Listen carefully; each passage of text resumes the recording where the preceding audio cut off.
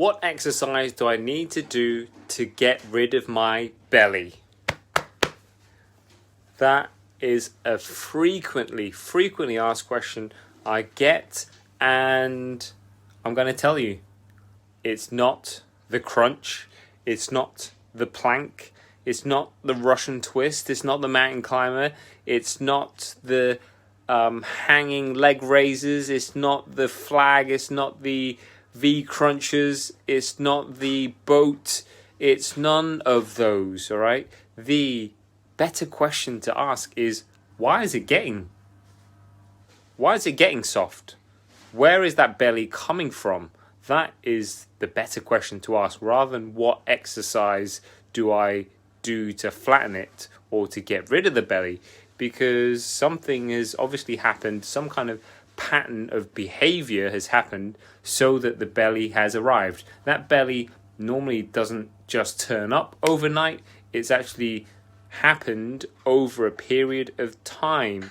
Okay, so the belly, if we look at the belly and specifically what people mean by I want to get rid of the belly or I want to flatten the belly, it's this stuff that we don't want. It's the bit that potentially hangs over our jeans, or it's the bit that we feel like we need to cover up with our tops.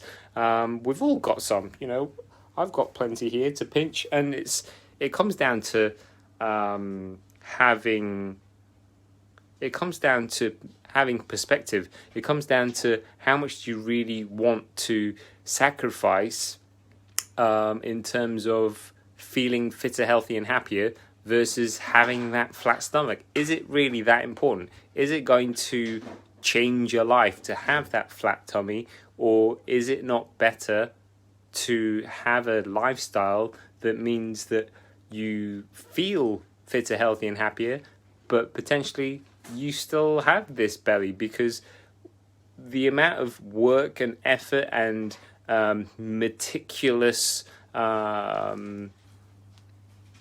time and effort it takes to get rid of something like the belly and stay lean, like if we compare ourselves to all these people who have flat tummies on your social media and everything, they're like the top 1% of the entire population in the world, and they have great Photoshop skills, and they have great lighting, and it's their job to look good, and that's all they do in terms of, you know, hitting exercise every day. They're not living like real lives in terms of the homeschooling we're doing, the working from home, the commuting and all that kind of stuff, the family life.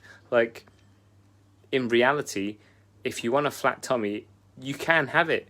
But it's not about the exercise, the specific exercise that you're potentially not doing. It's actually about your lifestyle and where the bellies come from in the first place, which is ultimately too many calories, right? I keep banging the drum about how many calories you have, and a lot of people keep asking me, yeah, but what exercise, Mike? There must be an exercise that I'm not doing or something. No, there is no one exercise. You have to look at your calorie intake, because the belly is a byproduct, or a direct result rather, of you having too many calories over a prolonged period of time that amasses in the form of fat that gets on your bum, gets on your belly and stuff. And if you want to lose the belly, the better question is to look at where it's come from in the first place. Where are those extra calories coming from? Because in the long term, does it really matter? Does it really matter as much as leading just a healthier lifestyle and not focusing on the fact that even if you don't have a flat tummy or a flat belly, you can still feel fitter, healthier and happier than you did, you know, a week ago, a month ago, a year ago,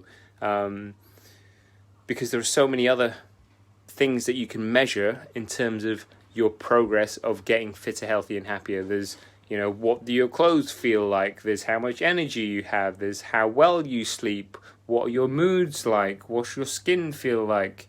What's your appetite like? Etc. etc. Right? So I think the better question to ask is, where does the belly come from? And an even better question is, does it really matter that much to me to have this belly in relation to everything else that you can get right much easier, right?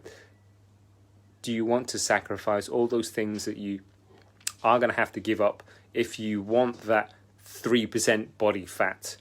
Because it takes a lot of work and dedication, and a lot of people don't have that amount of time or can't make those sacrifices to get there. So maybe change the expectation as to what you can or can't have, and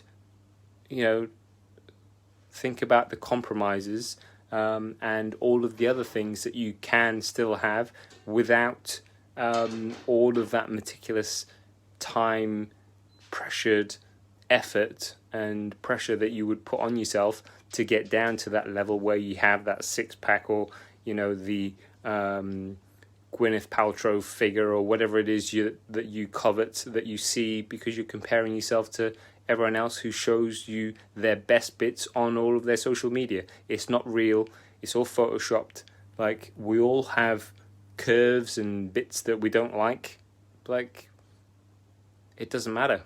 The bigger picture, look at the bigger picture, and come back to me with what you really want, like the stuff that will really make a difference to your life, rather than just having a flat stomach.